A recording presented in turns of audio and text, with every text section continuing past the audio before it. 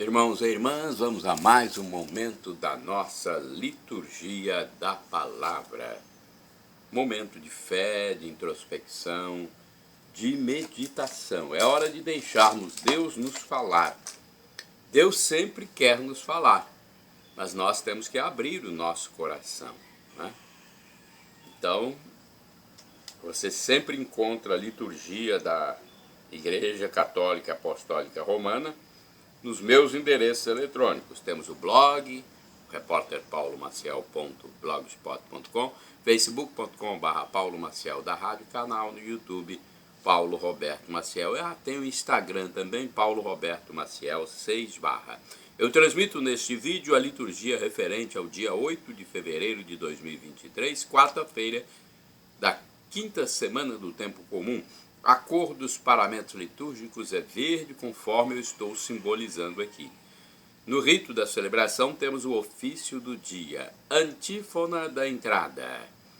Entrai, inclinai-vos e prostrai-vos, adoremos o Senhor que nos criou, pois Ele é o nosso Deus. Salmo 94, versículo 6. Oração do dia. Rezemos. Velai, ó Deus, sobre a vossa família, com incansável amor, e como só confiamos na vossa graça, guardai-nos sob a vossa proteção, por nosso Senhor Jesus Cristo, vosso Filho, na unidade do Espírito Santo. Primeira leitura, leitura do livro do Gênesis, capítulo 2, versículos do 4b ao 9, do 15 ao 17. No dia em que o Senhor fez a terra e o céu, ainda não havia nenhum arbusto do campo sobre a terra, e ainda nenhuma erva do campo tinha brotado, porque o Senhor Deus não tinha feito chover sobre a terra, nem existia homem para cultivar o solo. Mas uma fonte brotava da terra, e lhe regava toda a superfície. Então o Senhor Deus formou o homem do pó da terra, soprou-lhe nas narinas o sopro da vida, e o homem tornou-se um ser vivente. Depois o Senhor Deus plantou um jardim em Éden, ao oriente, e ali pôs o homem que havia formado. E o Senhor Deus fez brotar da terra toda sorte de árvores de aspecto atraente e de fruto saboroso ao paladar, a árvore da vida no meio do jardim, e a árvore do conhecimento do bem e do mal. O Senhor Deus tomou o homem e colocou-o no jardim de Éden, para cultivar e guardar.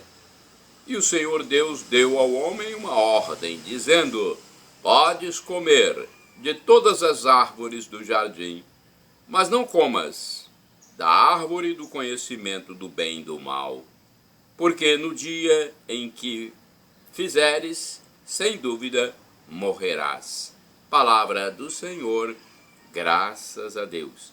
Vamos agora ao Salmo responsorial, é o Salmo 104, versículos do 1º ao 2º A, 27 ao 28, 29bc ao 30, refrão 1º A. Bendize, ó minha alma, ao Senhor. Repitamos. Bendize, ó minha alma, ao Senhor. Bendize, ó minha alma, ao Senhor. Ó meu Deus e meu Senhor, como sois grande, de majestade e esplendor, vos revestis e de luz vos envolveis como num manto. Bendize, ó minha alma, ao Senhor. Todos eles, ó Senhor, de vós esperam que a seu tempo vós lhes deis o alimento. Vós lhes dais o que comer e eles recolhem. Vós abris a vossa mão e eles se fardam. Bendize, ó minha alma, ao Senhor. Se tirais o seu espírito, eles perecem e voltam para o pó de onde vieram. Enviais o vosso espírito e renascem, e da terra toda a face renovais. Bendize, ó minha alma, ao Senhor. Repitamos. Bendize, ó minha alma, ao Senhor. Bem, agora vamos aclamar o Santo Evangelho. Deixa eu hidratar minhas pregas vocais para fazermos a aclamação. Aleluia, aleluia, aleluia, aleluia. Vossa palavra é a verdade, santificai-nos na verdade. Vossa palavra é a verdade, santificai-nos na verdade. Vossa palavra é a verdade, santificai-nos na verdade.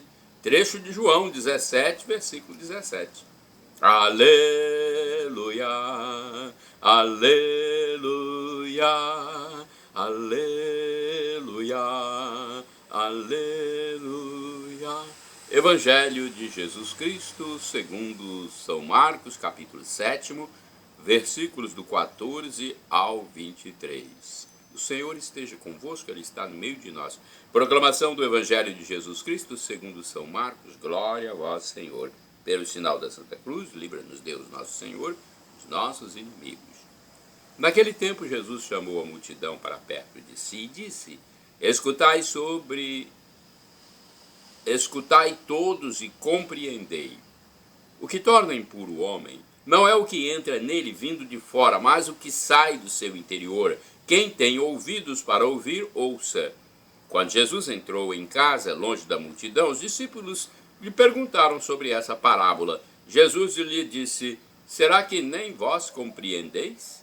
Não entendeis que nada do que vem de fora e entra numa pessoa pode torná-la impura? Porque não entra em seu coração, mas em seu estômago e vai para a fossa.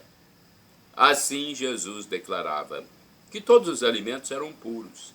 Ele disse: o que sai do homem, isso é que o torna impuro, pois é de dentro do coração humano que saem as más intenções, imoralidades, roubos, assassínios, adultérios, ambições desmedidas, maldades, fraudes, devassidão, inveja, calúnia, orgulho, falta de juízo. Todas estas coisas más saem de dentro e são elas que tornam impuro o homem. Palavra da salvação, glória a vós, Senhor. Vamos à reflexão, é a liturgia comentada de Antônio Carlos Santini. E-mail santini@novaalianca.com.br. O título do comentário de Santini é O que sai da pessoa, baseado em Marcos 7, versículos de 14 a 23. Prossegue a polêmica entre os fariseus e os discípulos de Jesus, acusados de não seguirem as tradições dos antigos, como a rígida preocupação com a pureza ritual, que insistia em classificar os alimentos como puros e impuros. Jesus corta a discussão pela raiz, afirmando que o que sai da pessoa é que a torna impura. Em sua carta, o apóstolo São Tiago iria chamar a nossa atenção para a absoluta incompatibilidade entre o bem e o mal que costumam sair de dentro de nós. Diz Tiago, no capítulo 3, versículo 12 de sua carta: Porventura a fonte faz jorrar pelo mesmo orifício água doce e água amarga? Porventura a figueira, meus irmãos, é capaz de produzir azeitonas ou a videira figos? Assim também a fonte salina não pode produzir água doce. E Jesus assume esta evidência em um princípio definitivo: pelos frutos os conhecereis. Mateus capítulo 7, versículo 16. Segundo este critério, nossas palavras e nossas ações serão, em definitivo, a prova palpável dos sentimentos que alimentamos dentro de nós. Pode a mesma boca proclamar louvores a Deus e, em seguida, caluniar o próximo. Bar Sanufo de Gaza. um antigo padre do deserto, da igreja copta, escrevia a um discípulo dizendo o seguinte: se a atividade interior não vem em ajuda depois de Deus ao homem, este se fatiga externamente em vão. A atividade interior vivida com a contrição do coração traz a pureza. A pureza traz a verdadeira quietude do coração. Esta quietude traz a humildade, e a humildade faz do homem a habitação de Deus. Desta habitação são banidos os demônios perversos e seu chefe, o diabo, com suas paixões vergonhosas, e o homem se torna um templo de Deus, santificado, iluminado, purificado, enriquecido de graça, cheio de todo o bom odor, de ternura e de exultação. O homem se torna portador de Deus e ainda mais, ele se torna Deus conforme estas palavras do Salmo. Eu o disse, vós sois deuses, e sois todos filhos do Altíssimo. Salmo 82, versículo 6. No entanto, é mais comum do que parece esta espécie de neurose em que o cristão tenta conciliar uma aparência de religiosidade com uma treva interior onde domina a preguiça, a cupidez, a ambição material, a busca de luxo e conforto, tudo no polo oposto ao espírito de evangelho que Jesus nos veio anunciar. Sem dúvida, a confissão frequente e a direção espiritual seriam os remédios adequados para a nossa cura interior. Irmãos e irmãs, orai sem cessar. De Jeremias, capítulo 31, versículo 33, eis um trecho para orar sem cessar. Porei a minha lei no seu coração. Agora vamos aos santos do dia. Dia 8 de fevereiro, temos São Jerônimo Emiliano e Santa Baquita. Eu pesquisei no site do Vaticano. São Jerônimo Emiliano, fundador dos Somascos, padroeiro dos órfãos e da juventude abandonada. Jerônimo nasceu em Veneza em 1486 e empreendeu uma carreira militar. Ao ser preso, fez voto a Maria em troca de sua liberdade, saindo completamente renovado. Assim, dedicou-se aos órfãos, fundando na cidade de Somasca a Companhia dos Servos dos Pobres, os clérigos regulares somascos. Jerônimo era o quarto filho da família nobre dos Emiliani. Como todos os jovens venezianos de 1500, sonhava em ter uma carreira militar, mesmo porque era a mais rentável. As notícias sobre a sua vida antes do seu alistamento, ocorrido em 1509, são muito escassas. Sabe-se apenas que quando tinha cerca de 10 anos, seu pai se matou. Em 1511, durante o assédio da fortaleza de Castelnuovo de Quero, ao longo do rio Piave, Jerônimo foi preso pelo inimigo. Esta experiência de reclusão, embora tenha durado apenas 30 dias, mudou completamente a sua vida. Na fome, no sofrimento e com medo de perder a vida, encontrou as palavras justas para rezar. Então, dirigiu seus pedidos especialmente a Nossa Senhora, a quem prometeu converter-se em troca de sua liberdade. Ao sair da prisão, encontrou refúgio em Treviso, mas não esqueceu seu voto feito à Virgem. Assim, confidenciou com um sacerdote e começou a ler a Bíblia. Este foi o início da conversão do seu coração. A primeira ocasião que Jerônimo teve de colocar à prova sua nova vida foi durante a epidemia que se abateu sobre Veneza em 1528. Com um grupo de voluntários, percorreu a cidade para aliviar os doentes, aos quais colocou à disposição todos os seus bens. Contagiado pela doença, recobrou a saúde de modo prodigioso. Desta forma, iniciou seu caminho de caridade, dedicando-se sempre aos mais necessitados, partindo dos pobres, das prostitutas, mas sobretudo dos órfãos. Quando seu irmão Lucas morreu, Deixando órfãos seus 3 filhos, Jerônimo cuidou deles e desde então teve a intuição que mudou sua vida. Instituiu uma associação em prol dos jovens sem família, encarregando-se da sua educação.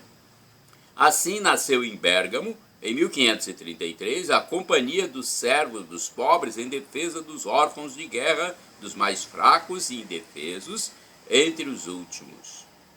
Jerônimo fundou para eles uma escola de trabalhos manuais e artísticos e de ensino do catecismo, seguindo um método inovador para a época. Seu programa fundamental era composto de oração e trabalho, os princípios fundamentais que enobrecem o homem. A Companhia dos Servos dos Pobres tornou-se depois uma congregação, até que em 1568 o Papa Pio V a elevou à ordem, da qual os religiosos foram chamados clérigos regulares de Somasca, nome da cidade dado pelo arcebispo de Milão, onde Jerônimo havia iniciado sua obra. Segundo o carisma da ordem, os somascos são devotos de Maria, venerada como Mater Orphanorum. Naquelas alturas, Jerônimo já havia falecido da peste em 1537. Canonizado em 1767, tornou-se o santo padroeiro da juventude abandonada desde 1928. Outro santo do dia 8 de fevereiro, Santa Josefina Baquita, Virgem. É uma das histórias de opressão e resgate mais extraordinárias dentro da igreja. Santa Josefina Baquita, a escrava sudanesa, se tornou religiosa canociana. A santa de Darfur viveu entre os séculos 19 e 20, tendo passado das cadeias dos negreiros ao serviço do evangelho. Aquela menininha nunca pusera um vestido desde o dia em que os 2 homens surgiram do nada nos campos, tapando o caminho para em seguida a levarem consigo. Naquele dia, aquela menina de 9 anos, por medo, esquece tudo, até mesmo o próprio nome, e também o nome do pai, da mãe. E assim, os mercantes árabes de escravos pensam não investi-la, mas rebatizá-la, Baquita, ou Afortunada, uma ironia para a menina nascida em 1869 numa aldeia de Darfur, no Sudão do Sul, e que agora se torna mercadoria humana em El Obeid e Khartoum. Um dia, enquanto estava a serviço de um general turco, lhe é gravada com faca uma tatuagem no corpo, 114 cortes e as feridas cobertas de sal para permanecerem evidentes. Baquita sobrevive a tudo e um dia um raio de luz atinge o inferno. O agente consular que a compra dos traficantes de Khartoum chama-se Calisto Leinami. E naquele dia, Baquita, a Afortunada, veste pela primeira vez um vestido, entra numa casa, a porta é fechada e 10 anos de brutalidades indescritíveis ficam para trás. O oásis dura 2 anos, quando o oficial italiano que a trata com carinho é forçado a repatriar-se sob a pressão da revolução mahdista daquela região. Baquita se recordará, naquele momento, disse ela, ousei pedir-lhe que me levasse para a Itália com ele. Calisto aceita e, em 1884, Baquita desembarca na península, onde para a pequena ex-escrava um destino inimaginável esperava por ela. Ela se torna a menina de Alice, a filha dos esposos Michele, amigos de Leinami, que moram em Zianigo, uma aldeia de Mirano Vêneto. Em 1888, o casal que a hospeda sai para a África e durante 9 meses Baquita e Alice são confiadas às irmãs canocianas de Veneza. Depois do corpo, Baquita começa a revestir também a alma. Ela conhece Jesus, aprende o catecismo e em 9 de janeiro de 1890 recebe o batismo, a confirmação e a primeira comunhão do patriarca de Veneza com o nome de Giuseppina Margherita Fortunata. Em 1893, entra no noviciado das Canossianas. 3 anos depois, emite os votos e, durante 45 anos, será cozinheira, sacristã e, acima de tudo, uma porteira do convento de Schio, onde aprenderá a conhecer as pessoas e estas aprenderão a apreciar o sorriso dócil, a bondade e a fé daquela mourinha. Para todo o convento de Schio, é um dia de luto quando Giuseppina Bakhita morre aos 8 de fevereiro de 1947 por pneumonia. Foi realmente afortunada a sua vida. E o dirá ela mesma. Se encontrasse aqueles negreiros que me sequestraram e mesmo aqueles que me torturaram, eu me colocaria de joelhos para beijar as suas mãos, porque se tudo isso não tivesse acontecido, eu não seria agora cristã e religiosa. Santa Bakhita, rogai por nós. Shalom Adonai, uma expressão hebraica que significa a paz de Deus. Shalom Adonai, que o Senhor então nos dê a paz. El Shaddai, também do hebraico, significa Deus onipotente, o Deus do impossível. Ele proverá aquilo que você deseja, se for para o seu bem. E do aramaico dialeto de Jesus eu clamo, Maranatá, como dizemos nós católicos, ou Maranata, como dizem nossos irmãos separados, os evangélicos ou protestantes. O significado é o mesmo. Vinde, Senhor Jesus, será o juízo final, a parousia.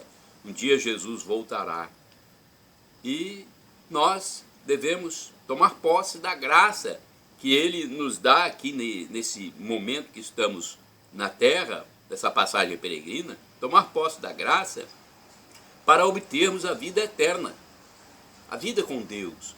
Porque muitos terão a morte eterna ou o inferno, o tormento eterno, viverão eternamente longe de Deus. Isso deve ser terrível.